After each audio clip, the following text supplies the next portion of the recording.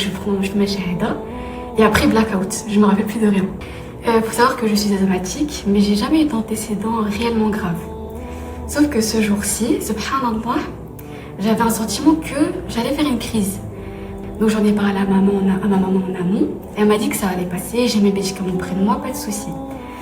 Et elle me dit, t'inquiète pas, ça va aller. Donc là, je commence à perdre de l'air.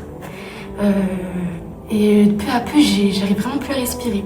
Je respire et petit à petit, elle voit que mes yeux commencent à partir. Et elle me dit, Risla Shahada. Il faut savoir qu'on a un tableau, et donc c'est le verset du trône, et c'est mon endroit préféré du salon. Donc de là, je faisais que de le regarder sans le quitter. Et donc je fais ma Shahada, et après blackout, je me rappelle plus de rien. Donc de là, j'étais toute violette, je ne respirais plus, j'étais inconsciente. Les SAMU sont venus. Ils ont essayé de me réanimer, bref, sur la route de l'hôpital. J'étais dans le coma. On m'a dit que pendant 2 jours, il me semble.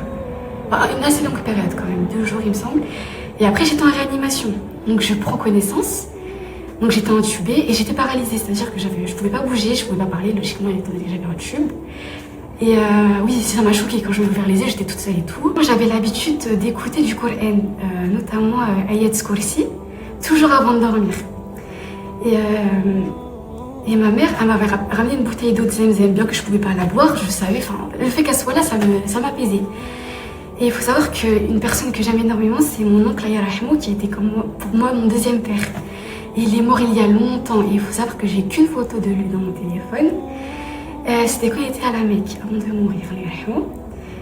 Et donc oui, j'avais mon téléphone, et subhanallah, je sais même, moi je crois pas quand je vous raconte, subhanallah, je vois mon téléphone, et wallah, qu'il y avait sa photo. Je sentais comme une présence, comme s'il était là. Je sais pas comment expliquer. Ça s'arrête pas là.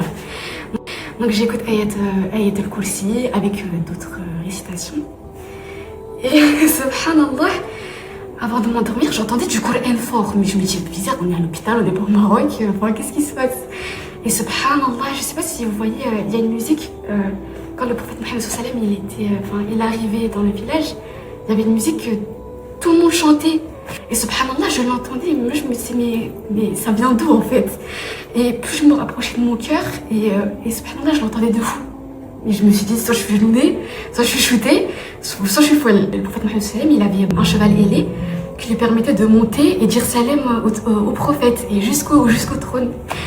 Donc là, je m'endors et subhanallah, j'ai vu ce cheval et tout.